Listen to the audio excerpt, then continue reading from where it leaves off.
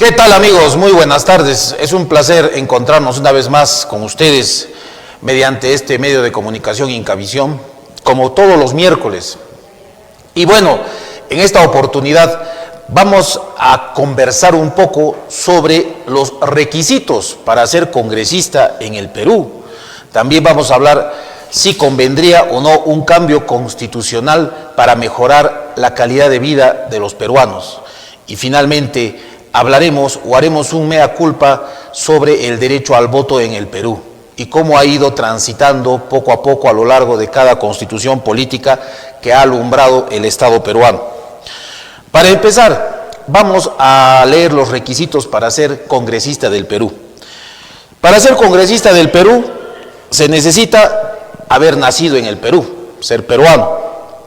Se necesita tener más de 25 años de edad y tener derecho a votar. Es decir, si no puedes votar, no puedes hacer leyes. Cosas que no te piden para ser congresista. No te piden haber estudiado una carrera. No te piden experiencia laboral. No te piden saber de leyes. Y no te piden haber trabajado jamás. Es decir, puede ser una persona desempleada, puede ser una persona que no has estudiado, puede ser una persona que no sepas absolutamente nada de leyes y puede ser una persona que no tenga ni una carrera, ni siquiera haber estudiado. Imagínense. Entonces quiere decir que ser congresista en nuestro país no tiene ningún mérito. La semana pasada hablábamos de la famosa oclocracia. ¿Qué quiere decir eso? Que gobiernan las personas según el criterio, como lo señalaba Aristóteles y lo refutaba también Platón, en la república o res pública, o sea, la cosa pública, que los congresistas simplemente tenían que estar bien preparados. Tenía que ser gente que sabía filosofía, los famosos diputados, ¿no? En el Senado, los senadores. Pero sin embargo, en nuestro país, lamentablemente, la valla no es muy alta. Y es así que la oclocracia se impone, es decir, simplemente el carisma, simplemente los bailecitos, simplemente comer cualquier comida que te invitan en la calle y ser popular. ¿De dónde viene el nombre popular? Pero no deriva en el nombre de saber o conocer. Entonces, nos hemos ido degradando como sociedad y siempre con un poco de temor o de miedo para que no se indique a estas reformas como elitistas. Es decir, cuando el pueblo veía que solamente la gente preparada gobernaba, estaba mal visto, ¿verdad? Pero lamentablemente ahora, ¿qué es lo que tenemos ahí en pantallas? Es pues el hemiciclo del Congreso, que en esta oportunidad va a estar compuesta por los diputados y los senadores. Es decir, se va a tener que tener 2 votaciones en el Senado, en los diputados, y 2 votaciones en los senados y los diputados. Es decir, 4 sís para poder aprobar una ley, porque si no, lamentablemente no va a ser promulgada. No es tan fácil como ahora, ¿no? Entonces, la reflexión, es decir, por eso el problema del Congreso no es solamente los actos de corrupción, no solamente es de repente los escándalos que hacen o de repente que se sirven grandes buffets y no comen como come el pueblo. No se trata de eso, se trata de que se exige muy poco, ¿no?, para entrar en funciones tan importantes que se tienen que realizar, como es la promulgación de leyes, formación de comisiones de investigación, de educación, de salud, ¿no? Y es decir, vamos a hacer una recapitulación. En la Constitución de 1823, los primeros años en los albores de la República, aún joven, podrían votar solamente hombres mayores de edad que supieran leer y escribir o que tuvieran una propiedad o una renta. Votaban pocos los que tenían plata y estudios, ¿ya? En la Constitución de 1860 votaban los hombres mayores de edad que sabían leer y escribir, que tenían renta, propiedad o pagaban contribuciones. Seguían siendo un club pequeño de los que votaban. Con la Constitución del año 1920, los hombres alfabetos Se empieza a discutir la inclusión indígena, pero el analfabetismo seguía excluyendo. El indígena ya existía, pero no podía votar.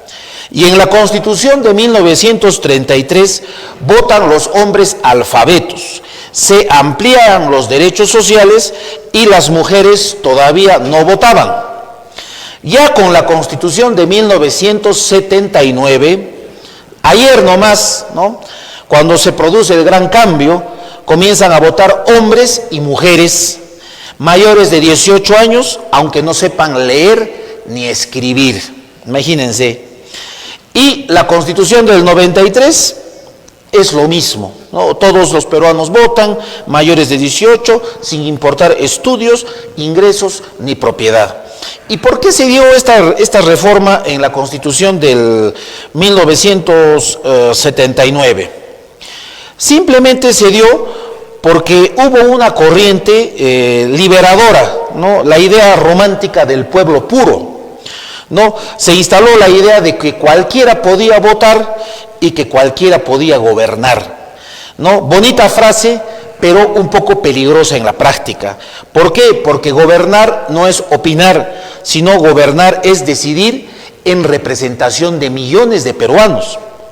Y los partidos políticos se destruyeron. Los partidos formaban cuadros y exigían trayectoria. Hoy son simplemente vientres de alquiler, inscriben a cualquiera que jale votos, que sea popular.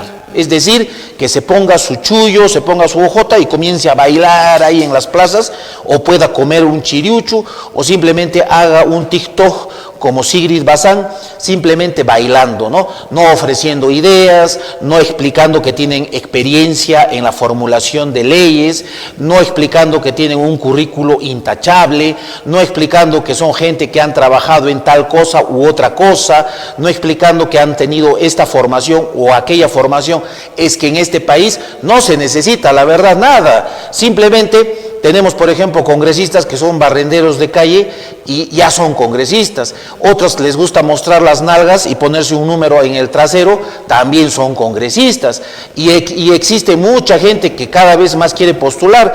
Hay una señorita Paniagua que es una TikToker que todo el tiempo anda haciendo sus transmisiones en vivo mostrando el trasero, también está postulando en estas elecciones.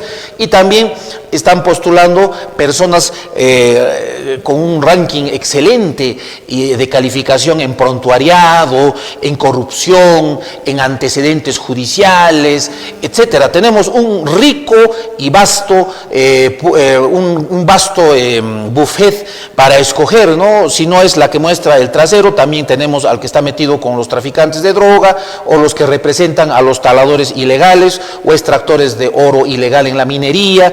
Tenemos un montón de congresistas que lamentablemente vamos a tener que elegir a ojo cerrado, porque no va a quedar otra, ¿no? Lamentablemente las vallas de exigencia para postular al Congreso no son las mejores, ¿no? Entonces, este miedo a parecer elitista, ¿no?, de la pitucada, de repente de la extrema derecha, nos ha hecho caer en el colofón, en el fondo, ¿no?, del abismo, y de ahí es un poquito difícil salir porque la gente va a comenzar a decir, están exigiendo demasiadas cosas para ser congresista, pero es momento de hacer un mea culpa y reflexionar sobre estos temas y pensar y poner en consideración si no sería bueno que nuestros congresistas sean profesionales por lo menos. Si muchos de los congresistas, por ejemplo, podrían ser especialistas en el derecho, en la salud, ¿no?, en educación, gente que por lo menos no tengan denuncias de corrupción, de peculado, de malversación de fondos, sea gente con cierta experiencia laboral en administración pública. ¿Qué nos pasa a nosotros los peruanos? ¿No podemos modificar acaso esto? Pero lamentablemente el populismo electoral nos hace caer pues en este tipo de barbaridades. Finalmente estábamos haciendo una comparación con otros países, y la verdad es de que existen países como Alemania, que pide simplemente 18 años para ser elegido. Estados Unidos pide 30 años, ¿no?, fuera de eso, y te pide, por ejemplo, Francia 18 años y no tener antecedentes graves, ni incompatibilidades estrictas. Y nuestro vecino país del sur, Chile, te pide que tengas 21 años y una enseñanza media completa y una residencia en la región. Y para senadores y para diputados pide 21 años y para senadores 35 años de edad. Y en Japón te piden 25 años para la Cámara Baja y 30 años para la Cámara Alta y una carrera política previa muy escrupulosamente rígida, ¿no? Es decir, la política es profesión, no improvisación. Entonces, convendría poder adoptar este tipo de cambios. Puede ser que en otros países no todos puedan llegar, aunque la ley lo permita, porque hay una mayor madurez también en el pueblo que elige a sus autoridades. Nosotros, lamentablemente, somos un poco más improvisados, como hemos ido viendo desde la Constitución del 1823 hasta nuestros tiempos. Existe pues una popularización en los cargos. Finalmente, nos quedan 2 minutos para despedirnos. Vamos a hablar sobre el éxito del Banco Central de Reserva y si se podría aplicar esto para la educación y la salud. Es decir, para crear organismos tipo BCR, por ejemplo, podría entrar el proyecto por la Cámara de Diputados, una revisión técnica en el Senado y un blindaje constitucional aprobado por ambos. Presupuesto protegido, mandatos largos y técnicos, sin asamblea constituyente, porque mucha gente dice, asamblea constituyente, no, porque quieren cambiar el BCR, es decir, nuestro último bastión que es el BCR, que es intocable, que gracias a esa institución sólida, que no se manipula el dinero, no se trafica con sus funcionarios para cambio de favores políticos, sexuales, o de repente con los traficantes de oro ilegal o los traficantes de droga, simplemente es una institución independiente. Entonces se tendría también que aplicar la independencia de esta comisión de educación de alto mando. Ahora, se necesitaría simplemente la doble votación, ya terminamos, sin referéndum. Es decir, los diputados lo aprueban, la reforma con mayoría calificada, 2/3. Senado lo aprueba también con mayoría calificada, 2/3, y en la siguiente legislatura ambas cámaras lo vuelven a aprobar. Es decir, ya tendríamos un organismo independiente de salud y de educación, ¿no? Entonces, ahora, en el sector salud también se tendría que hacer lo mismo, ¿no? Aplicando la idea, añadir 2 artículos nuevos, blindarlos como el BCR, crear órganos técnicos autónomos y prohibir interferencia política. Simplemente de esta manera ya no se negocia, ya no se va a los pueblos a estar ofreciendo hospitales, vamos a ofrecer colegios, ya no el gobierno regional ya no va a estar con que dilata más de 10 años el Antonio Lorena, que se han robado la plata del Hospital de la Madre, ya no habría eso. Cada institución de educación y de salud serían independientes, habría un Julio Velarde de la educación, un Julio Velarde de la salud, y ellos se encargarían de dar mantenimiento a los hospitales, a los colegios, modernizarlos, independientemente de quién sea el presidente o los congresistas, porque esta gente que no tiene ningún tipo de preparación, como estamos viendo, tenemos grandes personalidades en el Congreso, son los que forman las comisiones de educación, de salud, son los que hacen todos sus entripados y entramados que perjudican el desarrollo del país. Bien, queridos amigos, con estas propuestas que hemos hecho llegar a ustedes, me despido hasta el próximo miércoles. Vamos a una pausa comercial.